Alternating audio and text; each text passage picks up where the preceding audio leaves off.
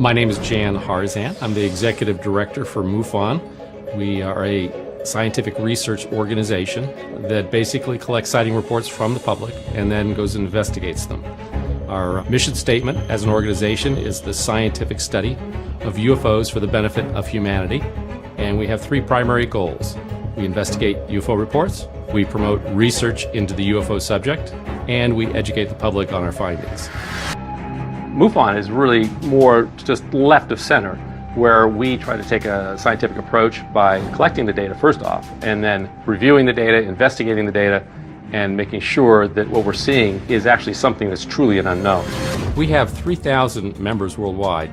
Many scientists, physicists, PhDs, metallurgists, biologists, all the way down to just the average citizen who really wants to get involved. Some of those have chosen to become field investigators, and they go through our field investigative training courses. They become part of the team in their state or country where they reside, and they actually get engaged in going out and meeting this phenomena head on. We receive about 500 to 1,000 reports per month from around the world. Field investigators will take the case, generally review it, try to come up with a hypothesis, checking star charts, and we'll go put an investigation in place to determine what exactly happened. We've recently formed a science review board, and that board is made up of scientists from around the United States and around the world to review some of our more significant cases and try to render an opinion on them. What we'd like to do is be more outbound, more outspoken in terms of the really true UFO cases. So MUFON is moving forward with this approach, and we'll be publishing papers in these different areas to allow the general public and even the scientific community to be able to be challenged by what we're finding. That's the strength of MUFON as an organization, is being really the truth seekers of the UFO field.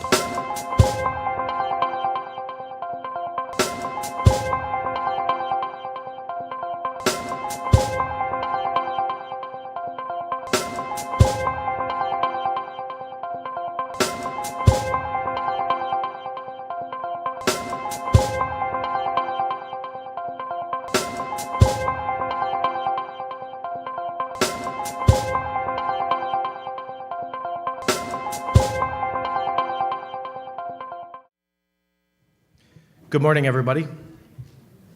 Our next speaker, Preston Dennett, began investigating UFOs and the paranormal in 1986 when he discovered that his family, friends, and co-workers were having dramatic, unexplained encounters. Since then, he's interviewed hundreds of witnesses and investigated a wide variety of paranormal phenomena. He's a field investigator for the Mutual UFO Network, a ghost hunter, paranormal researcher, author of 16 books and more than 100 articles on UFOs and the paranormal. His articles have appeared in numerous magazines, including Fate Magazine, Atlantis Rising, the MUFON UFO Journal, Nexus, Paranormal Magazine, UFO Magazine, Mysteries Magazine, and Ufologist, just to name a few. Here to talk about if there is an undersea UFO base off the coast of California, let me welcome Preston Dennett.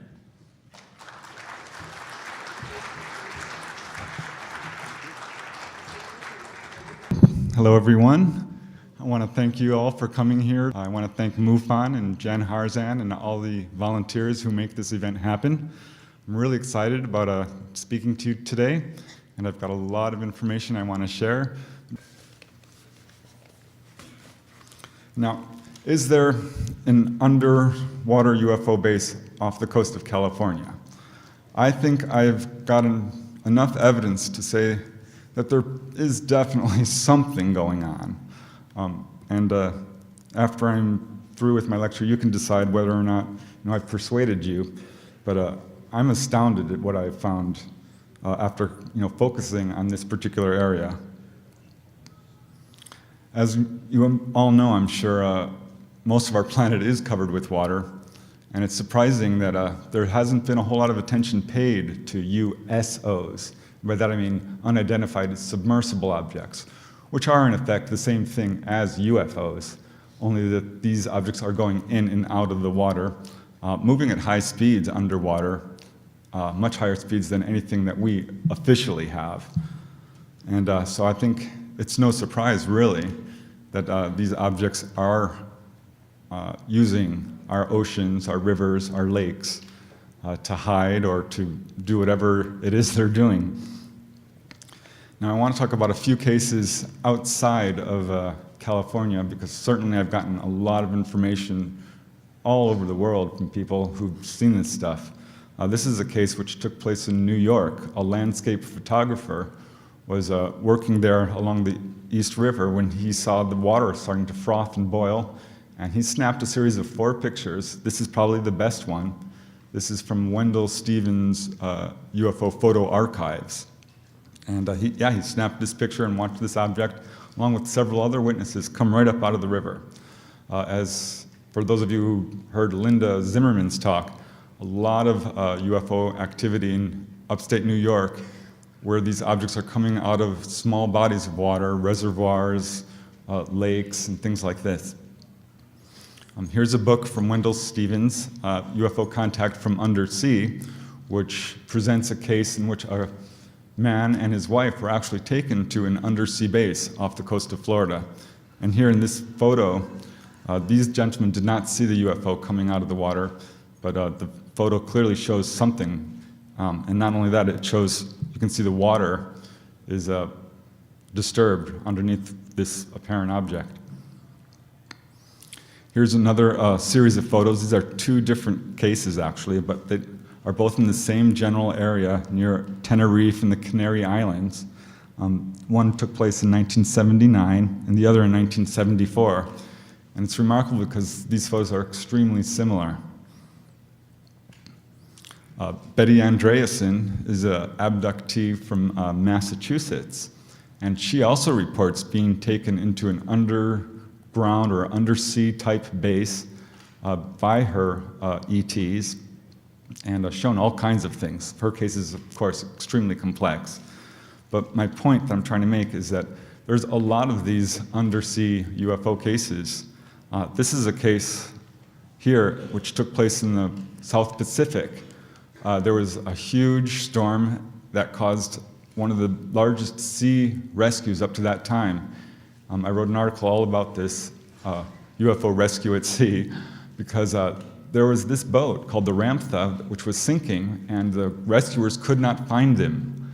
And right when this boat was about to sink, this very large glowing object appeared right above the boat and kind of targeted it. This allowed the rescuers to come right up to the boat and pull the passengers off. The object disappeared, and no sooner had they pulled these people off when this boat sank. So I thought that was kind of an interesting interactive case. This was a photo sent to me from a gentleman who was taking photographs of a sunset over New Jersey. And I don't know if you can see it, but if you look carefully, there is a disc right here. And it's a little hard to see. But I'm not sure if this is a trick of the photo aperture. And what's odd is it didn't appear on any of the photos taken before or after. And if you look really closely, it's almost a perfect circle. So I don't know, I thought it was a pretty interesting photograph, and certainly really beautiful, but a little hard to see. Now, I started to receive, as I said earlier, a lot of cases of these objects over the water. And I didn't think much of it at first, I just cataloged them. This was a case which took place in Mission Bay to 2 gentlemen who saw this very small object, maybe the size of a baseball or a basketball, glowing sphere darting back and forth, out to sea, back into Mission Bay, and all over the place, but just right above the water there. Got a number of cases involving people who were on Navy ships. One gentleman told me that he was out in the Atlantic, and he was on his ship when everyone was drawn onto the deck to watch these really large, bright orange lights, which were pulsing. And he actually went up to the bridge and asked about them, and they said, "You're not seeing this, don't talk about it." And he and several other soldiers actually all watched this. The next day, he went up and was telling his buddies who had watched this with him, and none of them remembered it. They had missing time with this sighting. Only a few of his fellow soldiers or Navy men actually remembered seeing these lights. It's a very interesting case, and one of many that I have of people who've been on Navy ships and had encounters. One gentleman who contacted me, his name is Kim Kamen, and he was on a Navy ship in which he was actually abducted from the Navy ship into a UFO. It's a very long, complex encounter. He was fully conscious during the entire thing. He remembered it without hypnosis. He saw these praying mantis type ETs, which were, he said, 10 to 15 feet tall. And it's an extraordinary case, and it's much too lengthy to go into detail here. But my point is that, again, a lot of people are seeing this stuff all across the world. One gentleman contacted me. He was in a boat about 50 miles off Daytona, Florida, and he's an avid sailor. He'd sailed across the world many times. He's seen submarines surface right near his boat, and he was out there off the coast of Florida when he saw these green, bright lights underwater. And he became alarmed, so he stopped his boat, and this light came right under his boat and stopped. And he's estimating it was about 50, 100 feet down, bigger than his boat, which is a pretty small boat, but at least a couple of 100 feet across, and just stayed there. He had no real fear. His electronics were not affected or anything like that. And eventually this thing just moved along. But it was very interesting because he felt like he was targeted. All right, now I first began investigating a wave of sightings over Topanga Canyon in 1992. There was a wave of sightings over Topanga Canyon, and this is what kind of led me down this pathway to finding out that there's an undersea base off the California coast. In this case, two boys saw these spiraling star-like objects overhead, which moved back and forth and then disappeared off into the distance.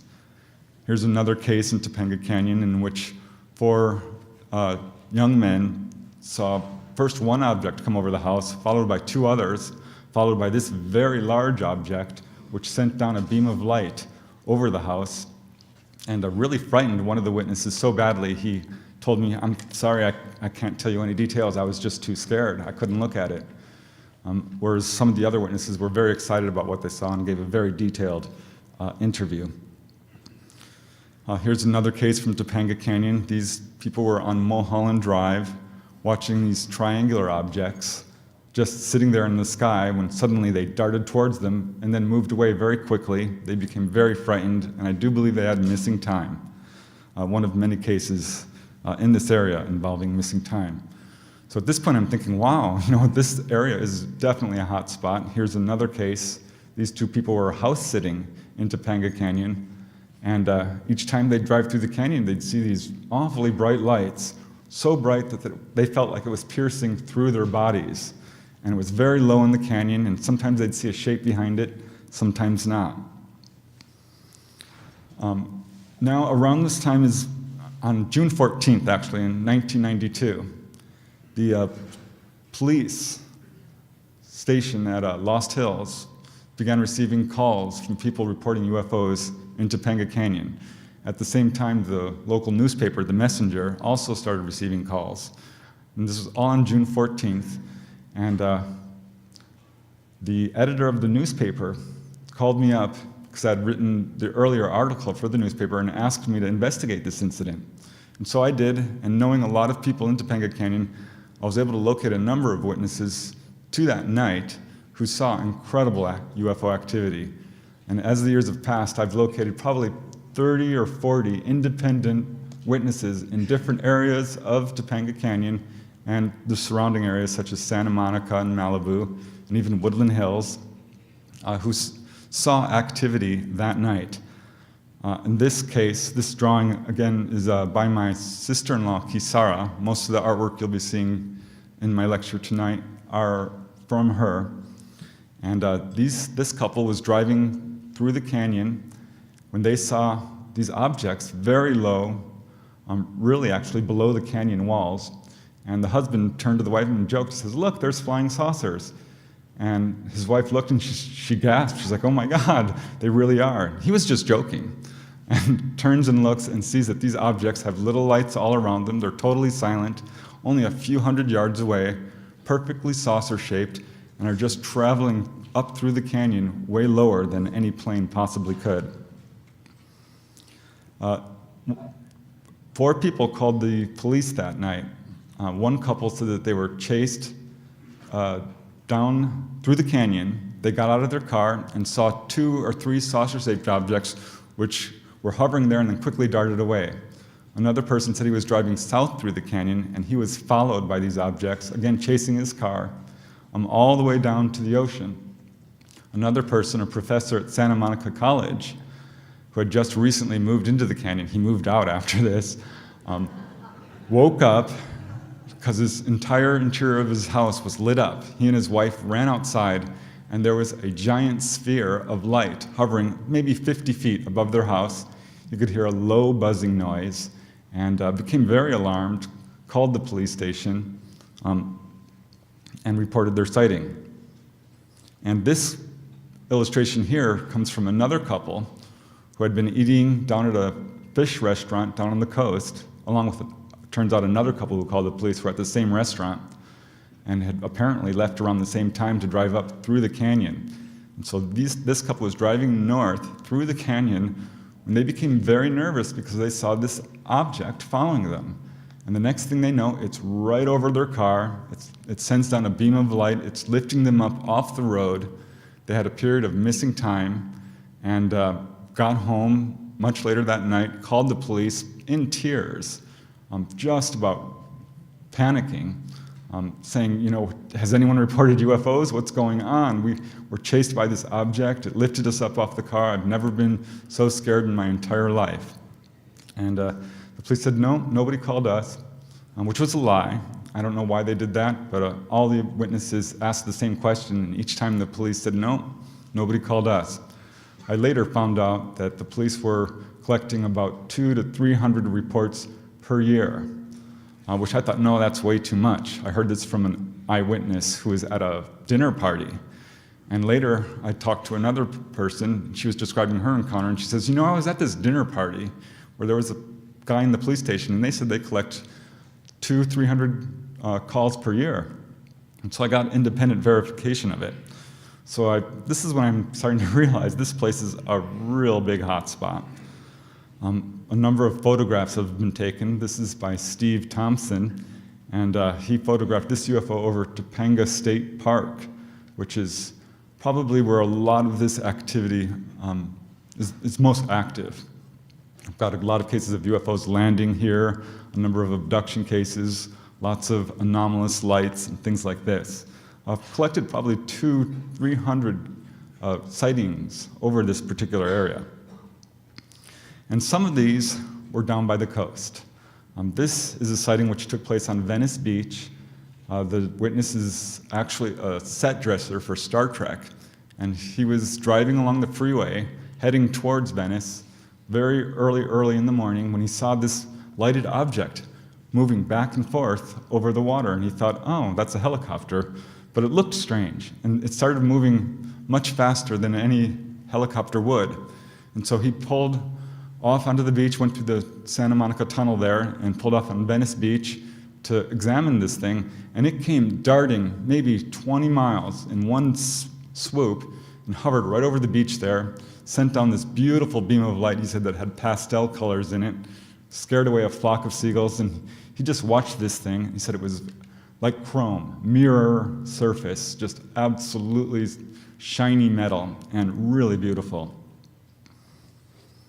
Here's another case I got from a pilot and flight instructor who was flying over Santa Monica Bay when he saw this very large, glowing, red cigar-shaped craft. And he and his student are trying to identify this thing when they realize, you know, this is not a plane or anything that they're familiar with.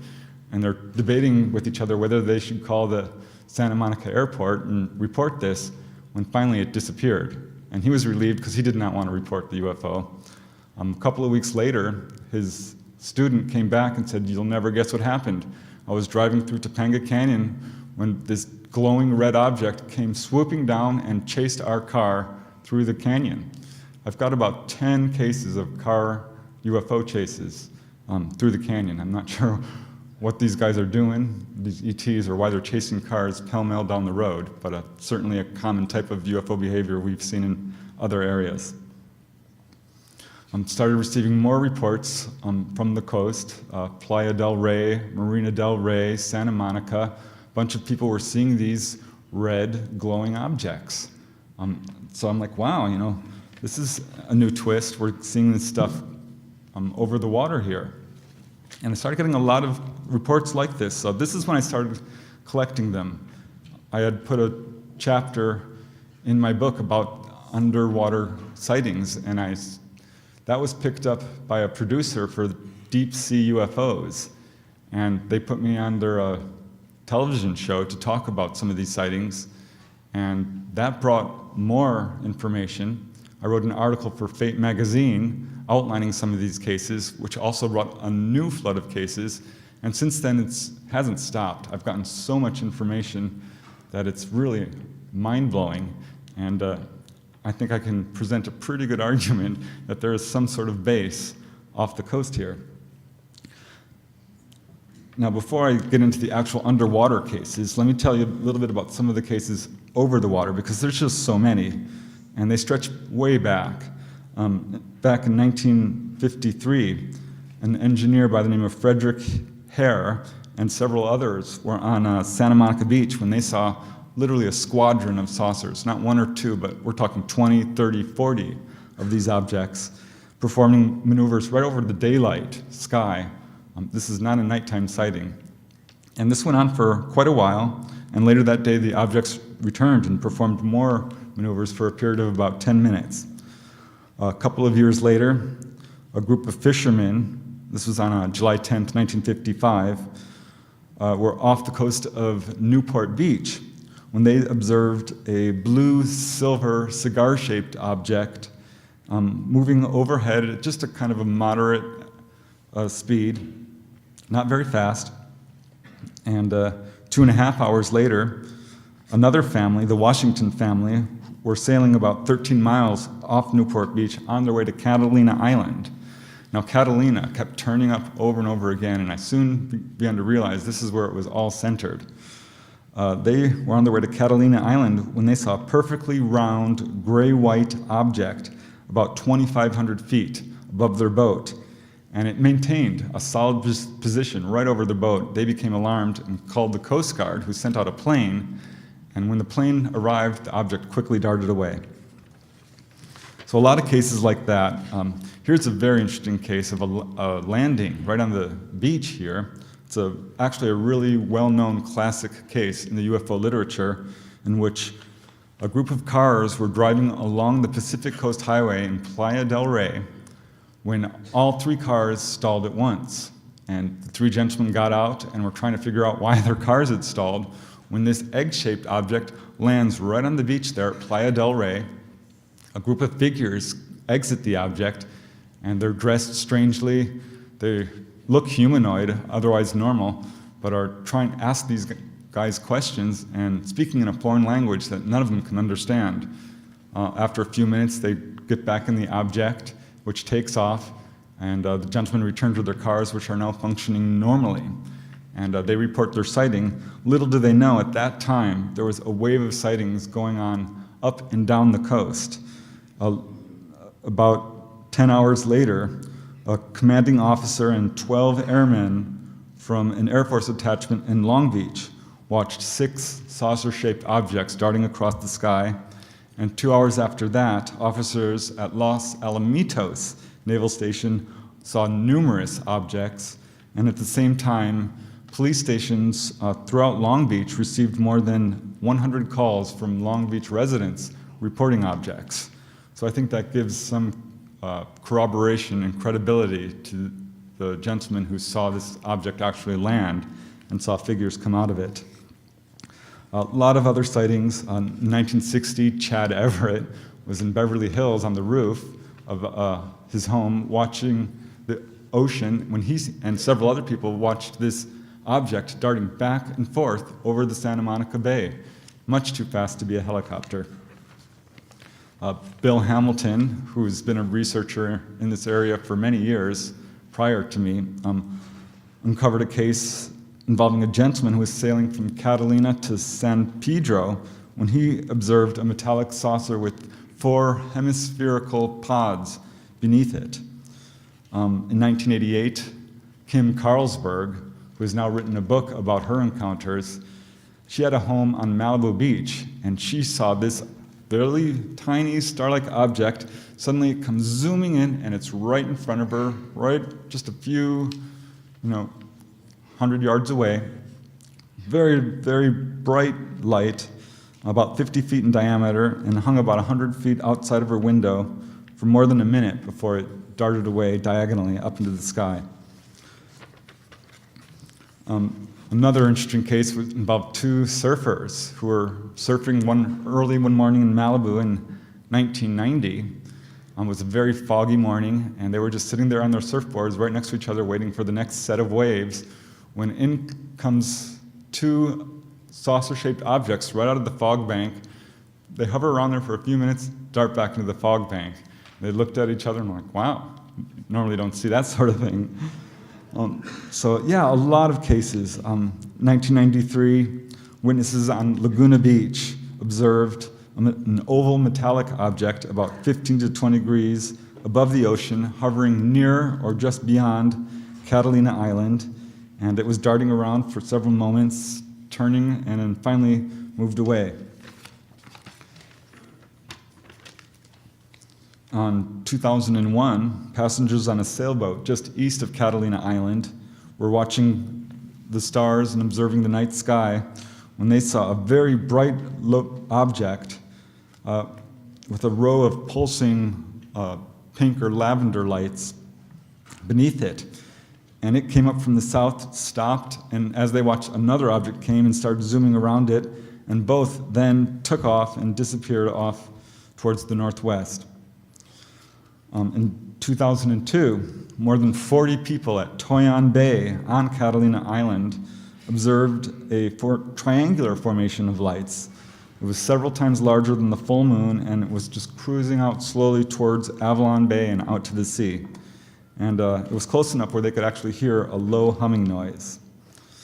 Another case in 2003, a married couple was sitting on the bow of their boat right off Catalina Island, watching the stars, when they saw a huge triangular-shaped object with red flashing lights move across the sky, go up into the cloud layer, and disappeared. They heard no sound from it, but they believe it was many times larger than a commercial jet, so a pretty big object.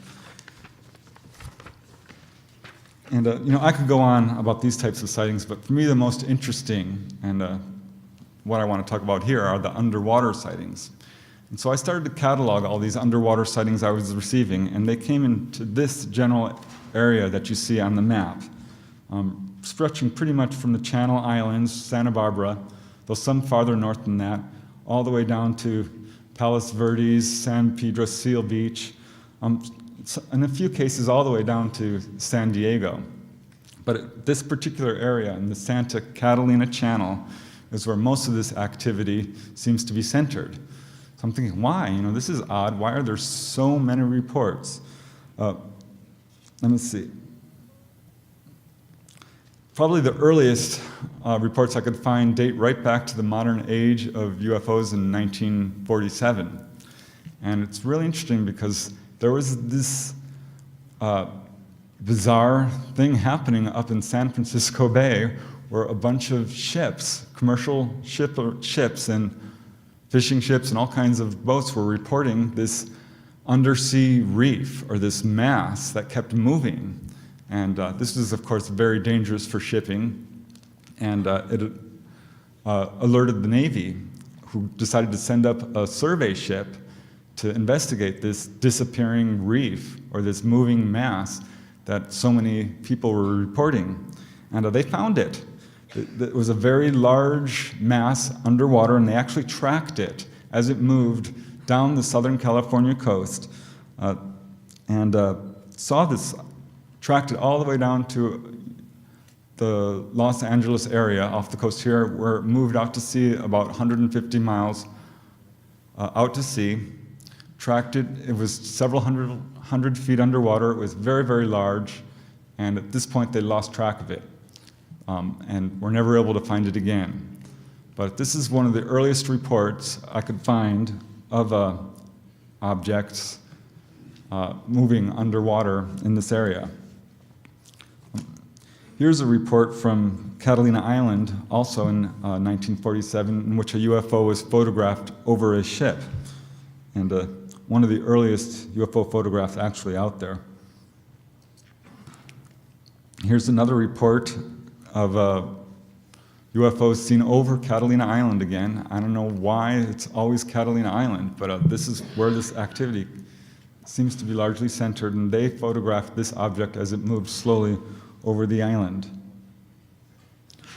One early report occurred in 1951, as reported by Harold T. Wilkins, one of the pioneering UFO researchers, when he said he talked to several witnesses who watched an unidentified object high up in the sky come straight down and dive into the water. That was on November 21st, 1951. This next case occurred on August 8th, 1954, and I think it's probably my favorite case of all the cases I've uncovered in this area. And on August 8th, 1954, the Japanese steamship Aliki was off the coast of Long Beach when they saw a fireball. And they assumed it was a fireball, but dived into the water, and then it came out again. Obviously not a fireball. Went back in, came out, which is something obviously a fireball cannot do. And one of many reports like that, where these objects are coming in and out of the water over and over again. On February 9th, 1956, there was a really amazing case involving multiple witnesses on Redondo Beach. And what happened was, on that evening, a group of people on the beach watched an object about 20 feet in diameter, perfectly round, glowing orange, glide slowly out of the sky and just plop there on the water just a few hundred yards offshore, not far. And as it stayed there, a crowd started to gather and watch this thing. A group of 20, 30 people quickly gathered, and this included not only people who were on the beach just walking along, ordinary citizens, but a group of lifeguards as well. There was a night watchman and police officers from Redondo Beach and neighboring Hermosa Beach were all watching these things. One of them actually rowed out on a little rowboat and went right over this thing, and he was able to describe it as being about 20 feet in diameter and just under the water there. It sunk under the water and started frothing. And the Navy came the next day with Geiger counters looking for radiation and did not find anything. This whole case created a huge press uproar, and people were asking for answers. And the Coast Guard released an explanation saying that this object that everyone had thought was a UFO was not a UFO. It was actually a light buoy. And right here is the photo of this light buoy, which I don't know how it did it, but somehow flew up in the sky, came down, and it doesn't look 20 feet in diameter to me, but this is what the Coast Guard said it was. And a ludicrous explanation, obviously. And what's really interesting is it wasn't long after this, maybe a month or two afterwards, when there was a repeat performance. This object came back again, and it was the same exact thing, really, only this time there was almost no press coverage at all.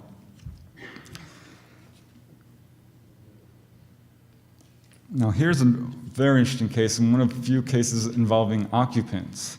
And this occurred on July 28th, 1962, when the captain of a chartered fishing boat observed what he initially thought was a submarine, except it had a very odd aft structure. And as he looked, he could see these figures on the deck there. Several were dressed in white pants and black shirts. One had a sky blue full-body jumpsuit, but otherwise looked like normal people. But what was really strange is, as soon as this submarine saw this fishing boat, all the figures quickly went below deck.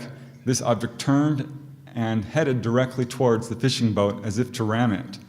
The fishing boat made an emergency turn as this object came right under the boat, and it was totally silent. It made only a little swell in the water and moved very quickly. He was obviously very alarmed and contacted the military, who was very interested in the sighting, and showed him silhouettes of various submarines, including German, Russian, Japanese, and so on, US submarines, trying to identify this submarine that he saw. And the odd part was, none of the silhouettes matched what he saw really at all. Jim and Coral Lorenzen heard about this case, and they are convinced it was a UFO simply because of the strange shape of the object and the fact that it made no sound. But I would add to that the strange behavior of the object, or the submarine, in which the men, as soon as the boat is visible, all dive below deck, and this object nearly rams this small fishing boat, which is obviously not normal submarine behavior. So I don't know. It's an interesting case and sort of an outlier. There's not a lot like it, but so many other bizarre cases. This is a photo of Avalon Bay and Catalina Island, again, where a lot of these cases are taking place. Let me tell you about a few other cases. On February 5th, 1964, 11 passengers of the Hattie D had to be rescued by the Coast Guard after their boat was struck by something metallic, they said. They don't know what it was, they didn't see anything, but something struck their boat and sunk it. And the crewman says, I don't care how deep of the water it was, but what holed us was steel and a long piece, and there was no give at all.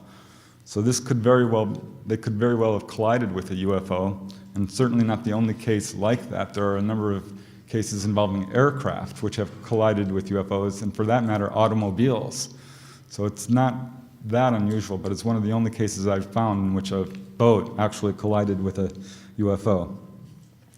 On December 2nd, 1965, Miss Irwin Cohen and her son observed a glowing red object descend into the waters off San Pedro, setting up a big cloud of steam. And they were able to snap a few photos, which didn't come out that well, and they assumed that this was some sort of Navy missile or something. There is a naval base not far from where all this is going on, Point Magoo. And I'll talk a little bit about that later, but I'm pretty certain that the people at the naval base must be aware of what's going on because it's right in their backyard. I don't think they're responsible for it, simply because of the way these UFOs are so brazen, hovering right over boats, right under boats, targeting various boats. So I don't know, it's hard to say, but I'll talk a little bit more about that later. I did get contacted by one gentleman who says that he saw a UFO hovering in Avalon Harbor here, and that there was photographs taken of it, but he was not able to locate the photograph, which I think what he's talking about is this photograph here, which is obviously a human-made boat, but it's interesting because it's perfectly saucer-shaped and looks exactly like a lot of what people are seeing in this area. And I don't really have any other information about this particular boat, but I thought it was interesting, and I was really happy to find this photograph because I was getting a lot of inquiries about it.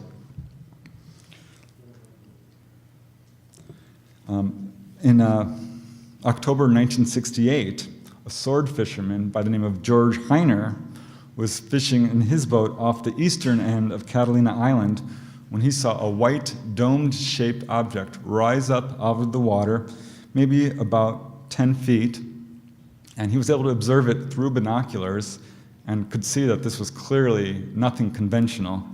And it just kind of hovered, went back into the water, came out, went back in, and very bizarre behavior, but this is what these objects are doing. In 1969, a gentleman by the name of Paul Allione, he contacted me after hearing about my research from Fate magazine, And he said that when he was a child, he was playing with his walkie-talkies off the coast here when he intercepted messages coming from apparently a radio conversation coming from the boats down in the water there, and he overheard an adult male saying, "I don't know what the hell it is. It's just sort of floating 200 yards off my bow," and they went on describing this bizarre object that was floating there in the water. And the next day, there was all these UFO sightings reported to the news. It was on TV, and they described it as stars and normal things like that, balloons. And he's convinced that he actually intercepted the conversation of these Navy guys who were watching this object right off the coast here. In 1976, a witness was sitting along Sunset Beach when he observed a single white light moving along at about an altitude of 600 feet, very low. It suddenly assumed a 45-degree angle, diving downwards, and went straight into the water. Got so many other cases. One really interesting case occurred in 1980s to a gentleman who prefers to remain anonymous. He's a senior electronics engineer, and he owns a fully equipped boat. And he was driving his boat, sailing between Santa Barbara Island and Santa Cruz, when he saw this fluorescent green colored light ahead of him. He assumed it was a boat and that they were on a collision course. It was kind of a foggy day. So he did the smart thing. He turned off his boat and turned on his lights and waited to see if this object was in fact coming towards him, which it was. And as it got closer and closer, it was coming directly towards him, and he realized it wasn't a boat at all. It was underwater, and it was this just bright, bright green light. And it came closer and closer and closer, as if targeting him, and came right under his boat. And when it came right under his boat, he says it looked to be at least 300 feet in diameter, and his boat is 38 feet. And he started taking readings with his depth sounder and determined that the object was about 100 feet below his boat.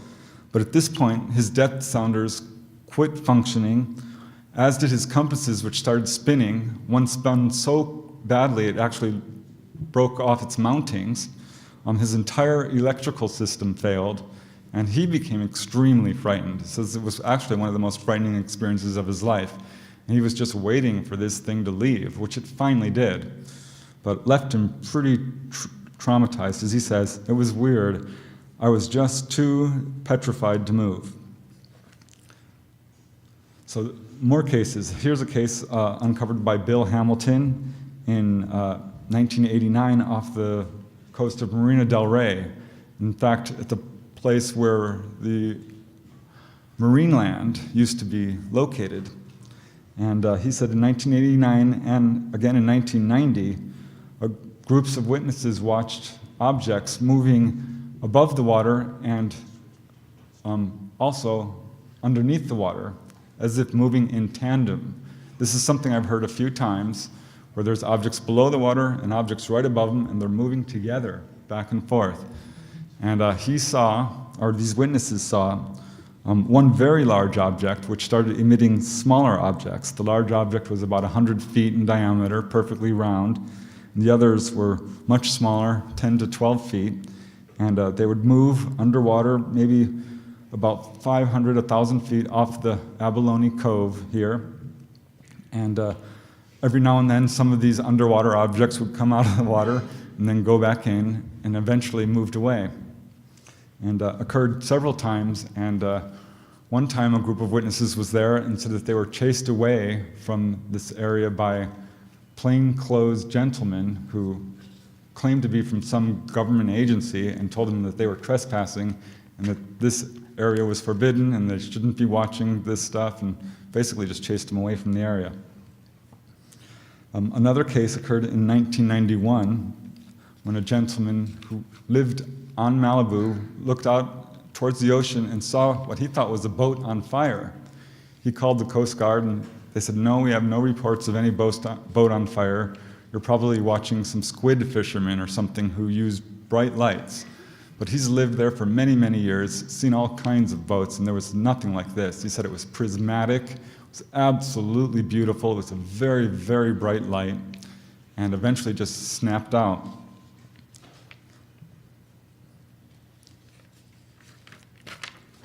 This is an illustration done by my sister-in-law, Kisara, who went down to the Zuma Beach area with her friend to look for dolphins, and instead saw this very, very bright object. And this particular area, Zuma Beach, Point Doom, this is where I got a lot of reports. I interviewed one lady who went to Zuma Beach with her family, and she didn't see anything, but had a period of missing time while swimming, and came out of the water and had, no one knew where she was, and she had scars on her body afterwards. I had another case just like that at Topanga Beach, where someone was swimming, didn't see anything, but suddenly had a missing time, found herself in deep water, swam back to shore, and had triangular marks on her body. And she refused to do a formal interview with me. So it's kind of a, not a fully investigated case, but one of so many that I've uncovered in this area. In May 5th, 1992, two friends were walking along Malibu Beach when they saw a fireball, what they thought was a fireball, descend from the sky and go into the ocean. And he said it was maybe about a mile away, not very far away, but when it hit the ocean surface, it didn't make any splash at all. It just zip, went right in, which is something I hear again and again. Normally when a plane or something hits the water, it makes a huge splash. These objects have some method, some force field, which allows them to go into the water without making so much as a ripple.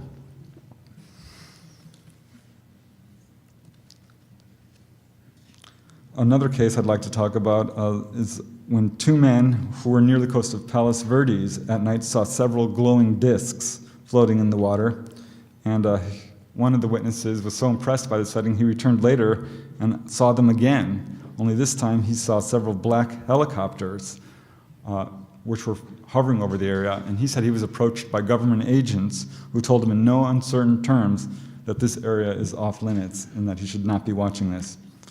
In 2002, a gentleman was camping along the coast of Point Mugu when he saw a light moving above the water, about 100 feet above the water, and below this object and beneath the surface of the water were two other objects which were also darting back and forth.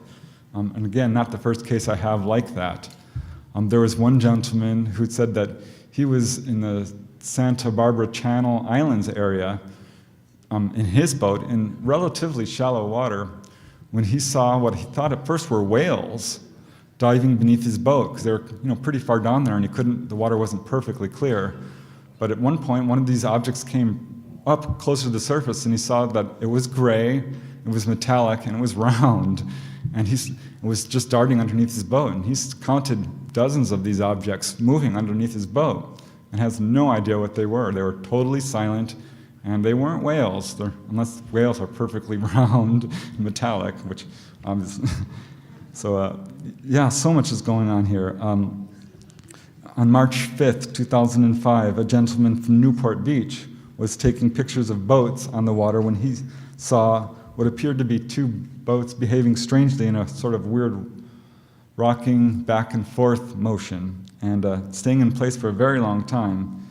And he took a photograph of them, and viewing the photographs, he saw that there were actually several tiny spheres of light also around these apparent boats. So he doesn't think they were boats, he thinks that they were obviously UFOs. In January 2006, a lady by the name of Elena, a resident of Santa Barbara, and several others watched 5 or 6 green fireballs of light move out to sea and descend onto the surface of the ocean and then dive underneath the water. So these objects are clearly going in and out of the water here. I received a lot of emails from people who saw me on TV or read one of my articles, and I'd like to talk a little about some of these email reports that I've gotten from people. One gentleman, this is actually up towards a Washington area, said that he was looking at these jets flying in, coming to land in at a SeaTac airport, and saw this 747 being followed by this white sphere of light. And as he's watching it, this sphere of light zoomed in behind the jet, followed it, and then streaked down towards the ocean, stopped, and dived into the water off of Redondo. Not the Redondo Beach here, but another Redondo. And he checked the newspapers the next day thinking it was going to be front page news, which of course it wasn't. I asked him, did you report this sighting? And no, he didn't. And this is the problem we have. I'm going to say less than 1 in 100 people report their sightings. A lot of people don't know where to turn to. They'll call the police. The police will normally refer you to MUFON or the National UFO Reporting Center. So I always encourage people to report their sightings so we can get a better handle on what's going on. Another email I got was from a gentleman who was with his ex-wife on the bay at Fort Bragg, California on July of 1981. And he says it was dusk when he and his wife watched a large green fluorescent orb, which they're estimating about 15 or 20 feet in diameter, coming from the east over the land, hovering over the water, moved down slowly, landed on the water, and sunk inside. I thought, wow, that's odd. They didn't even know what to think of it. And a couple of hours later, they were back outside watching, or actually just about 10 or 15 minutes later, and they were about to go back into the hotel when they saw this object come back up out of the water, move straight up, and dart away over land. So I don't know what they were doing, darting down there for just a few minutes, exploring underwater, but this is the kind of stories we're stuck with. Mr. Dennett, I have a good question. These are fascinating stories. I didn't know if you'd entertain some questions about some things. It looks like you did a fantastic level of research on this. And I didn't know what's coming in everybody else's mind is some of these occur right around the time San Onofre was in existence. Any ideas about the location of these? I'm not exactly sure what you're asking. Lots of research has been done about UFOs and their proximity to nuclear power plants. Oh, okay, yeah. Yeah, I know where San Onofre is, right along the coast there. I did get one case of a UFO over San Onofre. I'm not sure that there's a huge connection with all this activity there. But I'm going to have to move pretty quickly because I'm getting close to my ending here, but I will entertain some questions if I get a chance. Another gentleman contacted me who said in 2012 he and several other people witnessed an object exiting the water, and he also said that his father was an avid fisherman, and on several occasions he saw UFOs coming in and out of the water in the Catalina Island area.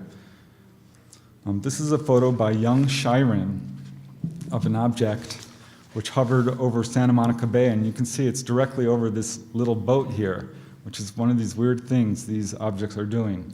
This is a photo taken by another gentleman who saw a UFO hovering over his house in Rancho Palos Verdes. This was a photo which was taken over Santa Monica. It's one in a series of 4 photos, and you can see the Santa Monica Bay right off right off in the distance there. This was a photo of the gentleman in the black shirt. His name is David, and the guy in the red shirt is Jonathan. David was at Venice Beach when he saw an object come swooping down over the water. It was glowing bright red, landed on the water, it turned bright white. He had a period of disorientation and missing time. He couldn't tell me how close it was, but he felt the object was just a few hundred yards away, but he lost track of time, which is, a red flag that UFO investigators, of course, look for. And eventually this object darted away, turned blue, and was gone. The gentleman here on the right, he was on Catalina Island in 1980 with a group of 11 people. They went there every year to camp out, but on this particular year they had an extraordinary experience in which they saw a group of lights between them and the mainland, And these lights started emitting other lights, which started darting around, which swooped in, came over their campground, and started going around them, sending down beams of light. They had several cameras, flashlights, and things like this. Every single electronic thing they had failed. All their radios, all their flashlights, all their cameras. This is a group of 11 people. They became very alarmed. A few of them became so scared they panicked and ran from the campground down the trail. One person ran off to the edge and started vomiting in fear. And they were extremely traumatized. Interestingly enough, two of these people became very famous. One's a famous actor in a science fiction franchise movie, and the other is a famous sitcom actor whose names you definitely recognize. Unfortunately, they have declined to be interviewed and don't want to talk about it. I was able to interview only 3 of the 11 witnesses to this particular incident, and from what I learned, I do believe that they had a mass abduction. This is a photograph I took, and if you look carefully, you can see a little strange light right there, and which I didn't see at the time. This is during the filming of Deep Sea UFOs with the History Channel, but I held up the camera. I'm like, all right, if you're out there, show yourselves. And I clicked, and I didn't see anything, but that little speck of bright light, and here's a blow-up of it. I don't know what it is, but I've got a couple of photos like that. Now let me get to the conclusion of my talk and why I think that there's a base. And I want to go back to this wave of sightings over Topanga Canyon in 1992. I interviewed a lot of people. One group of people I interviewed were driving south through the canyon. They saw a large mothership, and it was surrounded by 20 or 30 objects which were moving in and out of this craft. And they watched it for 20 minutes, a half an hour, before they became tired, and the people, his passengers, wanted to leave. He wanted to stay and continue watching it, but they insisted on leaving. I think that probably they were a little frightened, and they left. But I found one couple who live on Saddle Peak, which is perhaps the highest point in this area. It overlooks not only Los Angeles and the San Fernando Valley, but the whole coastal area. And they were drawn outside their home around 8 p.m. that evening by a group of objects coming up from below. Normally when someone sees a UFO, it's coming from above. They saw these objects coming up from behind a ridge towards the ocean, not 1 or 2 objects, but 10. And I thought, wow, that's bizarre. Wonder if there's some sort of Air Force activity going on. And they went back inside to continue watching their movie. When about 10 minutes later, there was more flashes of light. They ran outside and watched a group of 10 or 20 objects again come up from behind the ridge. And when it happened a third time, the wife said, you know what, I'm going to start counting these.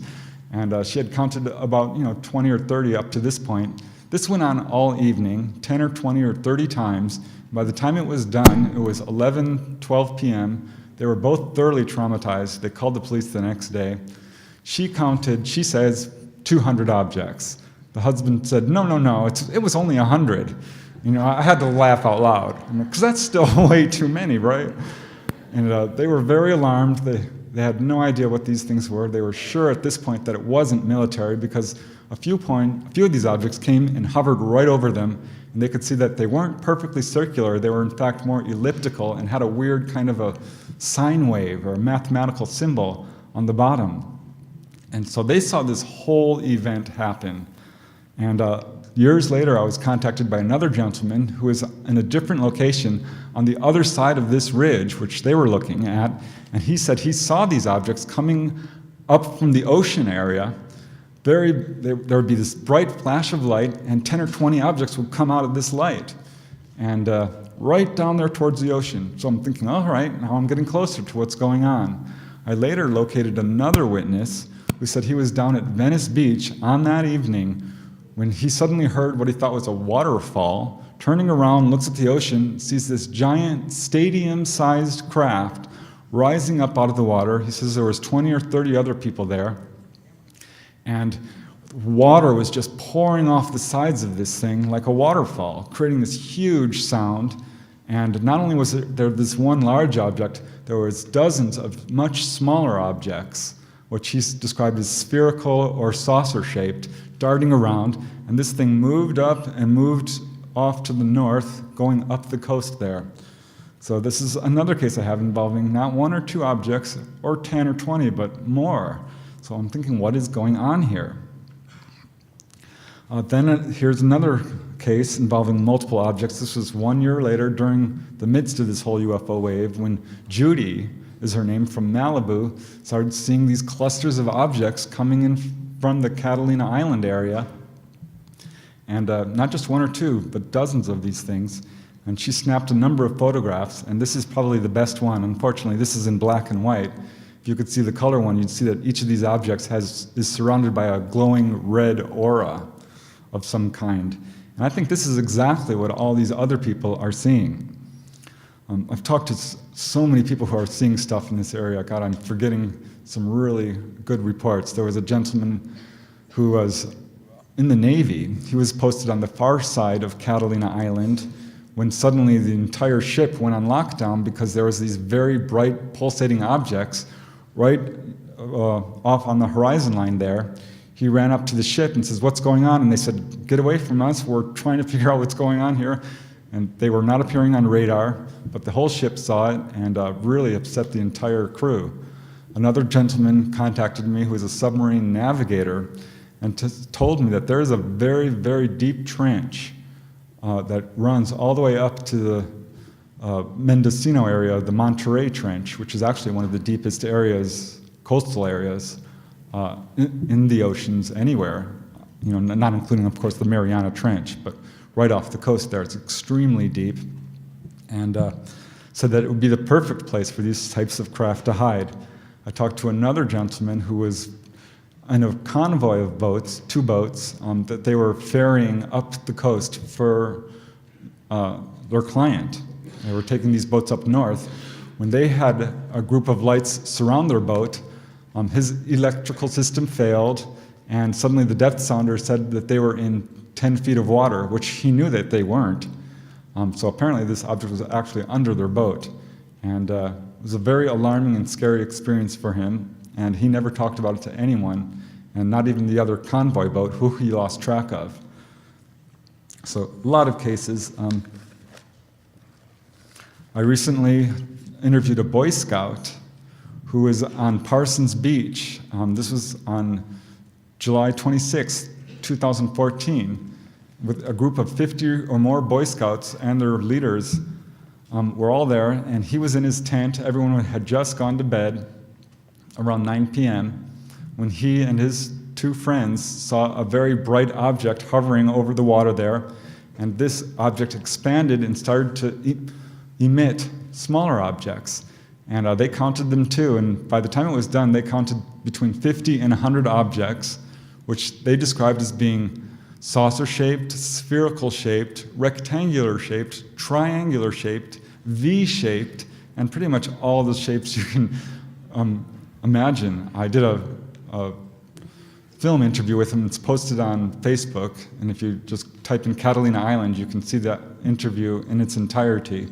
But again, it was one of many, many cases involving multiple objects. So I'm thinking, what is going on here? If there is not a base, there's got to be at least a parking lot down there of these UFOs. But then, I started to investigate these abduction cases. And most times when someone's taken on a UFO or abducted by a UFO, they're taken, into a rounded room, they're examined on a table. It's pretty predictable to a large extent. I've got a number of cases in which people were abducted, in this area along the coast or on Catalina Island, in which they weren't taken inside a UFO, apparently. They were taken to some sort of underground area. One gentleman I spoke with, who is now a medical doctor and a pilot, he was a teenager at the time with his friend on a boat in Catalina Island, right there in the bay when they had missing time.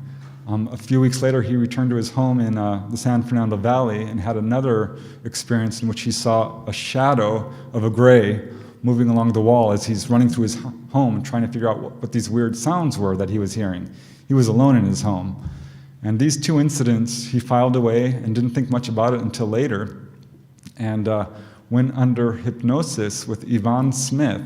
And under hypnosis recalled the missing time incident on Catalina Island, in which he and his friend were taken not inside a UFO, but to an underground area with rock walls.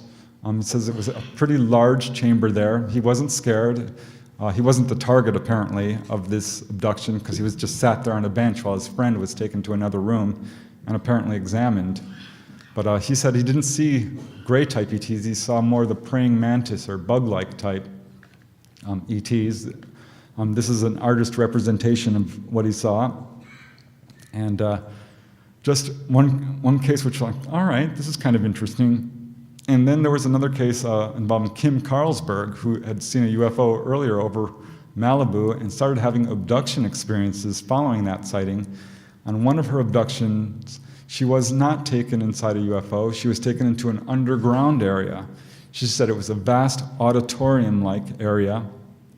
And she saw not only grays and other types of ETs, but lots of humans as well. And there was another two people in the Santa Barbara area, two ladies who were driving along the coast. When they had a missing time experience, and under hypnosis, they also recalled being taken to an underground base area. So maybe these people were being taken to this alleged undersea base. I don't know. It's hard to say. But as I said earlier, normally when I interview someone who's had missing time or been taken on board, they're taken inside a UFO. And I've got a number of cases where that's just not what's happening in this particular area. The sightings are still ongoing. Up at Point Magoo, there's a number of regular sightings going on. I know that there's two ladies in Palos Verdes who are having UFO watching parties because they watch this little object come out of the water at the same time every evening and bring their friends over and they all watch it. And at some point it stopped. And there's another person I interviewed who said that she was on a boat going to Catalina, and this object, these glowing objects, appeared underneath the water and were circling around the boat. So another case involved people who were on the Flying Fish tour on Catalina Island when they saw an object underneath the water, a lighted object. A lot of cases. One lady, she emailed me, she told me that she had this dream while she was parked off the coast there of Catalina Island, in which this ET came onto her boat and she had intimate relations with it and woke up, and the next morning one of the passengers on the boat said, "You'll never guess what I saw last night. I was out on the deck of the boat when this UFO was hovering right over our boat." And she's like, "Oh," that really alarmed her, and she wondered if her dream was connected to that. And I don't know, but I tend to think that maybe it was. Now here's a recent development. This is a photo which was shown to me by Jimmy Church of Dark Matter Radio. He called me up and he says, "You're investigating the possibility of an undersea base off the coast here." And I'm like, "Yeah." And he says, "Well, take a look at this. What do you think of this?" And I don't know what to think of this. This is a Google image apparently showing a very large structure, an anomalous structure of some kind right off the coast of Malibu, right in the exact area where all of this stuff is going down. And I'm not a map expert or anything, and I really can't speak to the authenticity of it. But I have to say, it looks strange, and I don't know, it's a very large mass. This was originally pointed out by Robert Stanley years ago. Robert Stanley, Bill Hamilton, Ann Druffel, these are the pioneers of the research in this area, and all of them have uncovered cases of these underwater UFOs. Robert Stanley said it got so busy during the 70s and 80s that whole families would go down there to watch these UFOs coming in and out of the water. Here's another Google image, which is farther south towards Palos Verdes area, and again shows what's apparently a hole in the water. Hard to say what this is, but again, it's another bizarre image that I really don't know what to make of. Could this be a tunnel? I had a number of people approach me and say, "You know about the tunnels, right?" And I'm like, "What tunnels?" They said, "There are tunnels built by the military, which stretched from Area 51 to Edwards Air Force Base to San Clemente Island. I had 3 or 4 different people tell me that, so I was not able to get confirmation of it. But here was a very interesting incident which occurred just a few years ago, in which apparently a missile came up out of the Santa Monica Bay here and flew off into the sky, and no official agency could account for it. Of course, the Navy was contacted, the Coast Guard, Point Mugu Naval Base, and no one had any explanations for it. Later, the explanation was that it was an unusual airplane contrail. Now, that doesn't look like an airplane contrail to me. I talked to someone who said that she actually witnessed this thing as it occurred, and she is absolutely convinced that it was a missile of some sort. I don't know. It's really hard to say, but it's one of several bizarre things that are going on in this exact area. Turns out the Navy was doing sonar experiments in this area. They were sued by several environmental groups saying that you can't do naval sonar experiments in this area because it damages marine life. The Navy won that suit. Then they appealed, and just a few months ago, the Navy was told that they can no longer do sonar experiments in this area. So I don't know if they're aware of what's going on or not. I tend to think that they are. I talked to someone who said that he has a friend who works at Point Mugu Naval Base, and that yes, they are absolutely aware of this activity. I talked to someone else who told me that his friend, this is hearsay, but it's still interesting, that these 2 guys were scuba diving off the coast here, and were taking cameras and doing all sorts of film footage not far from Point Mugu, when they were approached by Navy personnel who stole their cameras, took their footage, and said, no, you're not allowed to film in this area. And I've got a number of secondhand reports that the Navy is aware of what's going on.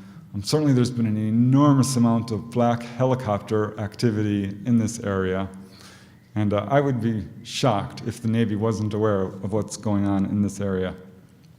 Most recently, I was contacted by a lady who's a photographic nut. She just loves taking photos. That's all she does. She goes onto the beach and takes these photos because she's seeing these strange lights, and a number of bizarre objects are appearing on her film. And this is one of the better photographs she's taken. This is out over the water.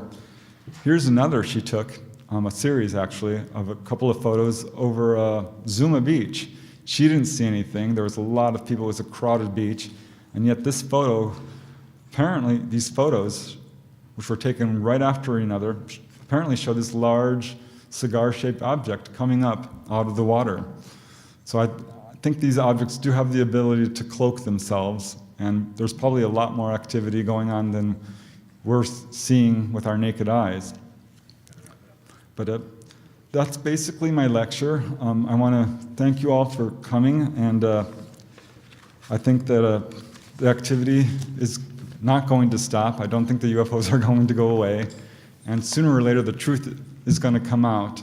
And if there's not a base down there, there's definitely hundreds and hundreds of these UFOs darting back and forth and doing all kinds of things. And yeah, that's basically my lecture. I want to thank you all for coming, and appreciate you listening.